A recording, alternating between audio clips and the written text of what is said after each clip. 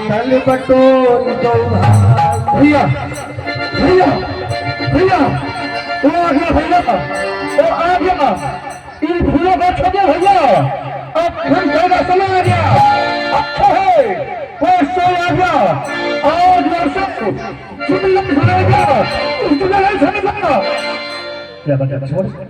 कौन आ गया आपको चलते हैं क्या बताया है कहाँ है चुटकी आ गया है मुझे पहले कब नहीं तुमने अब तक सजा दिया ऐसा अपनी स्वाद के साथ अपने आराम दो साथ में हम भी घूम गए इसका भाव रखो और अपने सभी का सब अब क्या करो किस पर इस समय लगे होगा किसी से पूछ दियागी अरे तो राष्ट्र इस्लाम का है इन पुण्य को प्यारा निकाले एक महीने की नहीं बचा तुम रात छीन और सुना मिलेगी बस उसने सोचा होगा किसने दो भाई और मेरे सहाय है अकेले है उनका अंत कर और अपराध निष्कंठ कर लो परंतु उस मृदा अब लक्ष्मण है लक्ष्मण नहीं भक्त की बुद्धि इतनी कुटिल कभी नहीं हो सकती क्यों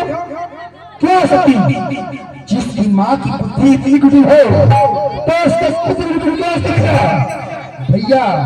अगर उसके अंदर छोड़ के बने आता तो अपने साथ हाथी घोड़े में नहीं चलना भैया तो आपकी दृष्टि में एक साधु हो सकता है परंतु राज के वक्त किस समय आता तो वहां बोला था तो दोस्त नहीं राजपथ पाने के बाद कुछ ताजु हो जाते हैं आज राष्ट्रपति ने फिर तो अदा कर दिया है और आपको अपनी सांस समझकर आपकी हम भैया नहीं तो आप नहीं समझ है आज मुझे बुझेगा चच्चर निवासी हूँ छत्री वजन लिया हूँ आज दोनों भाई मेरे हाथों मार जाएंगे भगवान शंकर भी उनकी शहादत भाई है आज दोनों भाई को जिंदा नहीं छोड़ना हे भाई सुबह है भाई तो समझना है और न्याय पे चलता है ये देश तो हुए दूंगा है वैसे हिजा चल रहा मजली माँ के वजह से क्या दुख होता है ना छीट लगा पूछो दो कोई राजपूतों से उस पर वह संतुष्ट नहीं ख्याल में आता है बन गए सास होलम को घेर में पकड़ने आता है भैया मैं पूर्ण समझना चाहता हूँ मैं पूर्ण समझना चाहता हूँ इसलिए सब काम करता हूँ श्री राम की हर किसी पर मैं श्री राम को जय श्री राम तृतीय जय खंड खंड तीन भाजल तीन ले गए चौथ पर चाय हमें गए परंतु भैया और इस फल को मैं चुने छोड़ा तो मुझे आगे दिया लक्ष्मण मेरी बात तो सुनो भरत की बुद्धि इतनी कुटिल कभी नहीं हो सकती कि राज की कामना को लेकर मुझसे संग्राम करने आ रहा है नहीं लक्ष्मण मेरा भरत इतना कभी नहीं गिर सकता सुनो जो मैं कह रहा हूँ पहले तो भरत गिर गया है यह नहीं समझ में आता है उसे जैसा तो सुशील भाई जग में ना पाया जाता है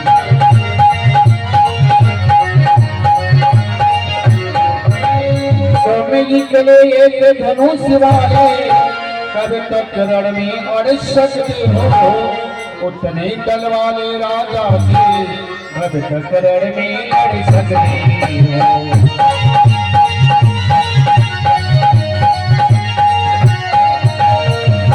लक्ष्मण भरत की बुद्धि इतनी कुटिल कभी नहीं हो सकती कि राज की कामना को लेकर मुझसे संग्राम करने आ रहा है नहीं लक्ष्मण मेरा भरत इतना कभी नहीं गिर सकता फिर भी मैं मान लेता हूँ कि भरत की बुद्धि कुटिल हो चुकी है मुझसे संग्राम करने आ रहा है तो भरत एक लड़ाई होता नहीं है और उसके पश्चात उसके साथ असंख्य सेना तुम अकेला उसका सामना कैसे करोगे तुम शांत रहो भरत को यहाँ आने दो देखो तुम किस उद्देश्य को लेकर आ रहा है आखिर है तो अपना भाई किसका भाई कैसा भाई भाई था जब निर्मल था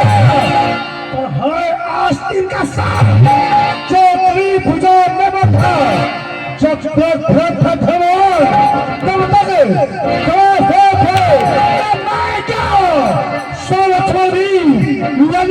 थे हे धनी आ जाओ हे धन विश्वासी उसने धर्म का एक काम उस सब को मार दी बेटा सोचता छोड़ कर लक्ष्मण को आते दीजिए भैया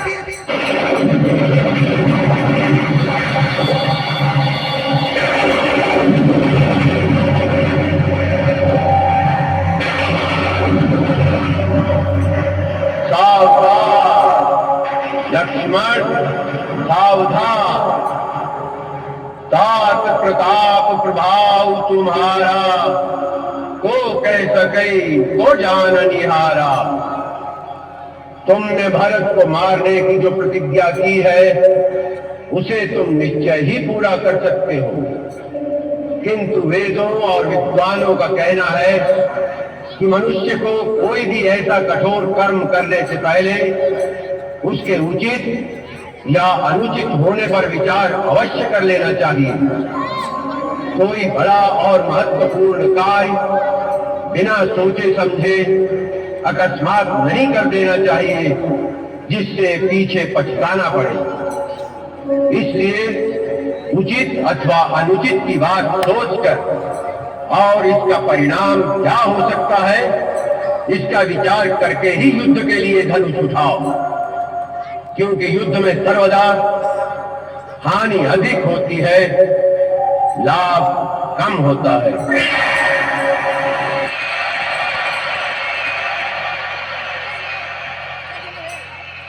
लक्ष्मण ये आकाशवाणी सुनी सुनी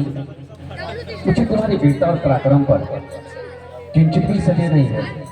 तुम क्रोध के आवेश में अवश्य भरत को मार सकते हो, परंतु जब तुझे ये पता चलेगा कि भरत पर तुम्हारा संदेह मिथ्या था तो क्या फिर तुम उसे जीवित भी कर सकोगे? परंतु भैया जो आंखों से देखा है वह कभी कभी आंखों से देखा हुआ भी सत्य नहीं होता। राजमत का प्रमाण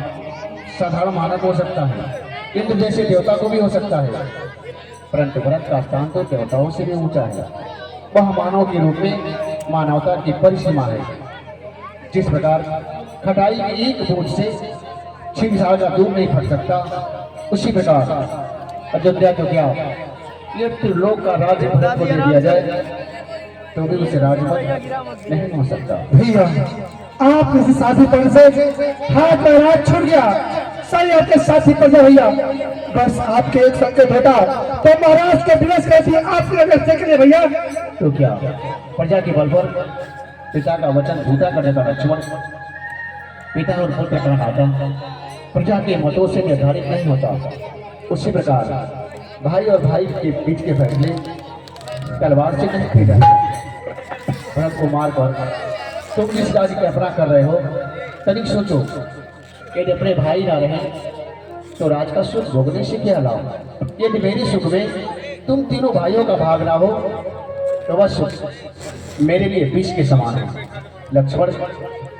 क्या तुझे राज की लालसा है तो मेरे एक संकेत मात्र पर भरत वरा के तुम्हें दे देगा। नहीं भैया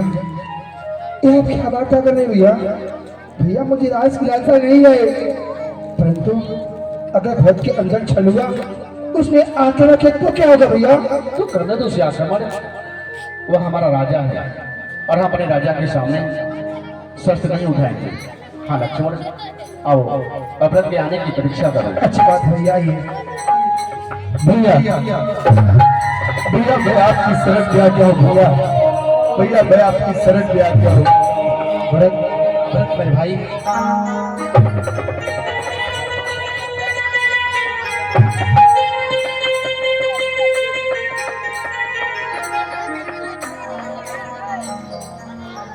मेरे अनजाने में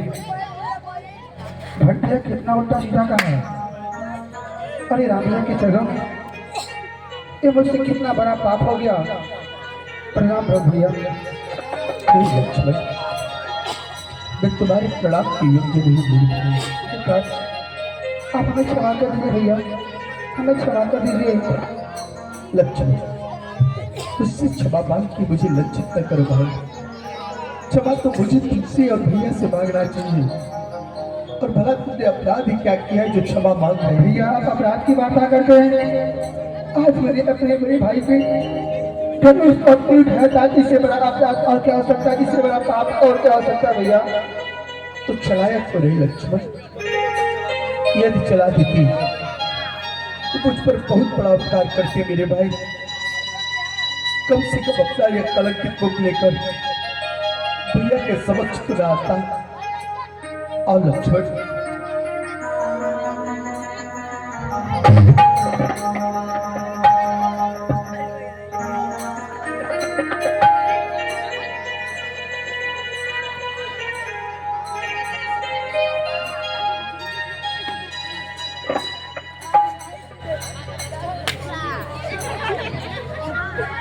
हे श्री राम,